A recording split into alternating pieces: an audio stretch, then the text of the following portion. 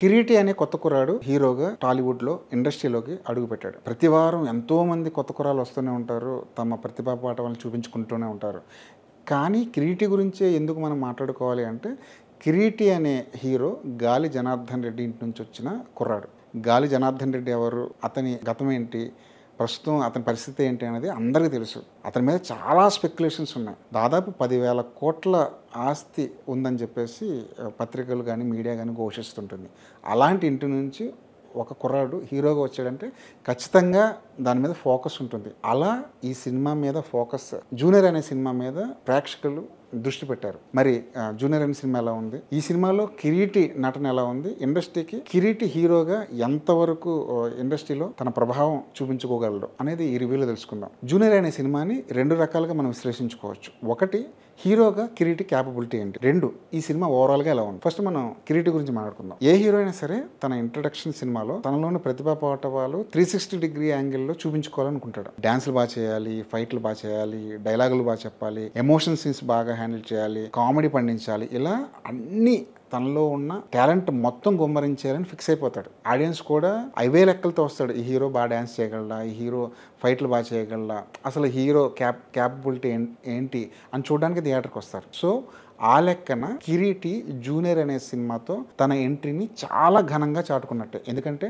తను డ్యాన్సులు బాగా చేశాడు, ఫైట్లు బాగా చేశాడు, యాక్టింగ్లో ఈజ్ ఉంది, కామెడీ అంటారా, ఎమోషన్ సీన్స్ అంటారా, అవన్నీ ఓకేగా నడిపించుకుంటూ వెళ్ళిపోయాడు. ఫస్ట్ సినిమా కాబట్టి అక్కడక్కడ కొన్ని లోటుపాట్లు ఉన్నా తప్పకుండా రెండో సినిమా, మూడో సినిమాకో, నాలుగో సినిమాకో తప్పకుండా తను రాటుదేలుతాడు. తను ఒక మంచి యాక్టర్గా, మంచి హీరోగా ఎదగడానికి తనలో కాస్త స్కోప్ ఉంది అని నిరూపించిన సినిమా ఇది. 'జూనియర్' అనే సినిమా కిరీటికి ఒక ఎంట్రీ కార్డ్ లాగా తప్పకుండా ఉపయోగపడుతుంది. ఇక రెండో కేటగిరీలోకి వద్దాం. సినిమా ఎలా ఉంది, డైరెక్షన్ ఎలా ఉంది, కథ ఎలా ఉంది, ఇవన్నీ మాట్లాడుకుంటే గాలి జనార్దన్ రెడ్డి కొడుకు సినిమా ఇది. అసలు డబ్బులు విచ్చలవిడిగా ఖర్చు పెడతారు. స్క్రీన్ మీద ప్రతి సీన్ ఎలివేట్ కావడానికి టెక్నీషియన్లు చాలా గట్టిగా కష్టపడ్డారు. దేవిశ్రీ ప్రసాద్ ఉన్నాడు, సింధిల్ ఉన్నారు. స్క్రీన్ మీద మనకి జెనీలియా, శ్రీలీల, రావు రమేష్, ఇలా మనకి కావలసిన స్టార్ కాస్ట్ అంతా, భారీతనం అంతా స్క్రీన్ మీద గుమ్మరించేశారు.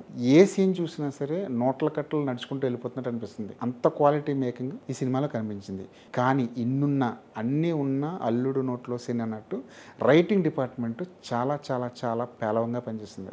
బాగా హ్యాండిల్ చేయగలిగే సీన్స్ కూడా రైటింగ్లో ఉన్న వీక్నెస్ వల్ల తేలిపోయాయి. ముఖ్యంగా జెనీలియాని నేను సీఈఓ కానివ్వను అని చెప్పి హీరో వార్నింగ్ ఇచ్చే సీన్ ఒకటి ఉంది, హీరో ఛాలెంజ్ చేసే సీన్ ఒకటి ఉంది. నిజంగానే ఒక సాధారణమైన ఉద్యోగి ఒక సీఈఓతో ఛాలెంజ్ చేసి సీఈఓ కానివ్వను అని చెప్పి ఛాలెంజ్ చేసి ఆ ఛాలెంజ్లో ఎలా గెలుస్తాడు అని ఆసక్తి థియేటర్లో ఉన్న ప్రతి ప్రేక్షకుడికి కలుగుద్ది.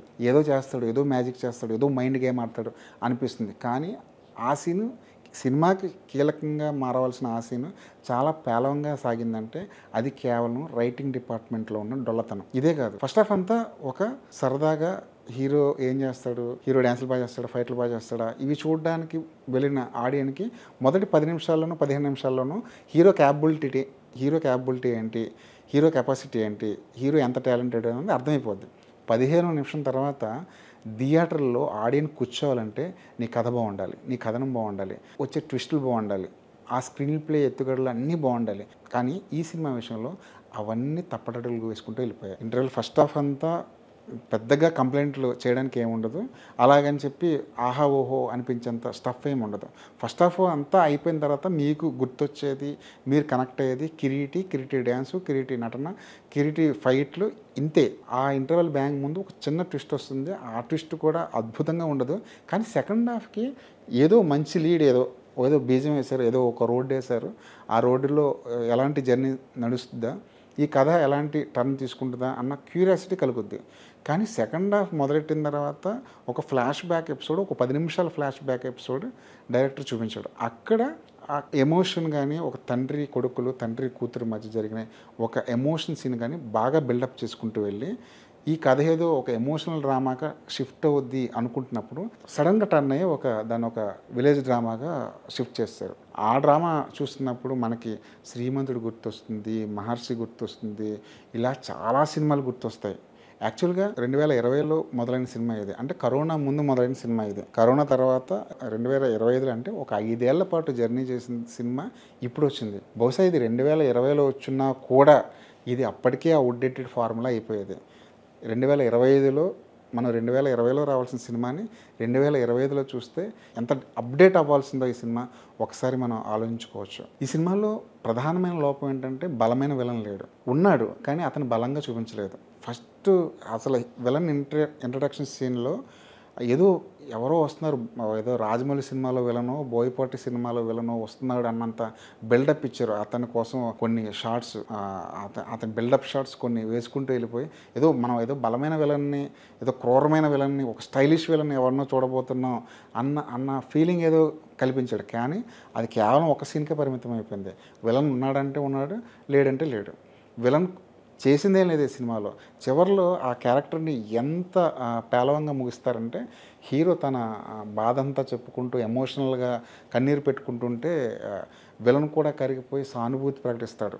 అంత పేలవంగా ఈ క్యారెక్టర్ని డిజైన్ చేసుకుంటూ వెళ్ళాడు. ఎనీవే, సినిమా అంతా చూస్తున్నప్పుడు హీరో బాగా చేసాడు అనిపిస్తుంది తప్ప ఈ సినిమాలో ఏదో ఉంది, ఈ సినిమా ఎమోషనల్గా ఆడియన్స్కి కనెక్ట్ అయింది అని మాత్రం ఎవ్వరికీ అనిపించదు.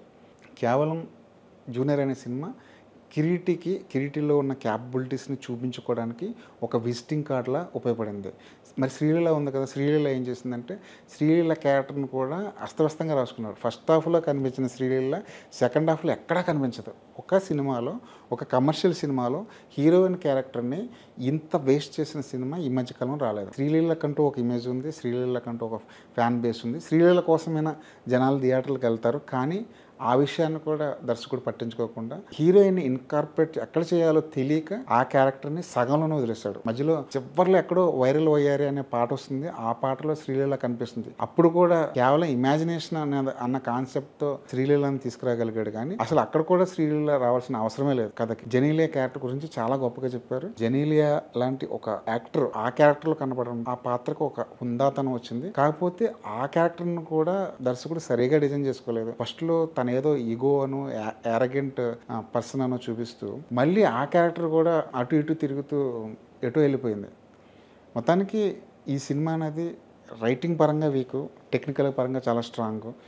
కిరీటికి ఈ సినిమా ఒక విజిటింగ్ కార్డ్లా మాత్రమే ఉపయోగపడుతుంది.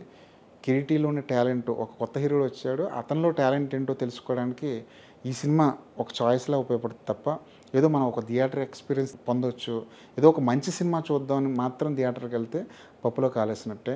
చివరిగా చెప్పాలంటే ఈ సినిమాకి జూనియర్ అనే టైటిల్ ఎందుకు పెట్టారో నాకైతే అర్థం కాలేదు. ఈ సినిమాలో జూనియర్ అనే ప్రస్తావన ఎక్కడా ఉండదు. తన కాలేజీలో జూనియర్ కాదు, తన ఆఫీస్లో జూనియర్ కాదు. మరి ఆ జూనియర్ అనే టైటిల్ ఎందుకు పెట్టారన్నది ఆ దర్శకుడికి తెలియాలి. బహుశా హీరో కిరీటి జూనియర్ ఎన్టీఆర్కి చాలా పెద్ద ఫ్యాన్. తన రిఫరెన్స్లు కూడా ఈ సినిమాలో కనిపిస్తుంటాయి. జూనియర్ ఎన్టీఆర్ మీద ఉన్న ప్రేమతో ఆ జూనియర్ అన్న టైటిల్ తీసుకొచ్చి, ఆ జూనియర్ అనే బిరుదు తీసుకొచ్చి తన టైటిల్కి పెట్టుకున్నాడు తప్ప జూనియర్ అనే టైటిల్కి, ఈ కథకి, హీరోకి, ఆ క్యారెక్టరైజేషన్కి ఎలాంటి సంబంధం లేదు.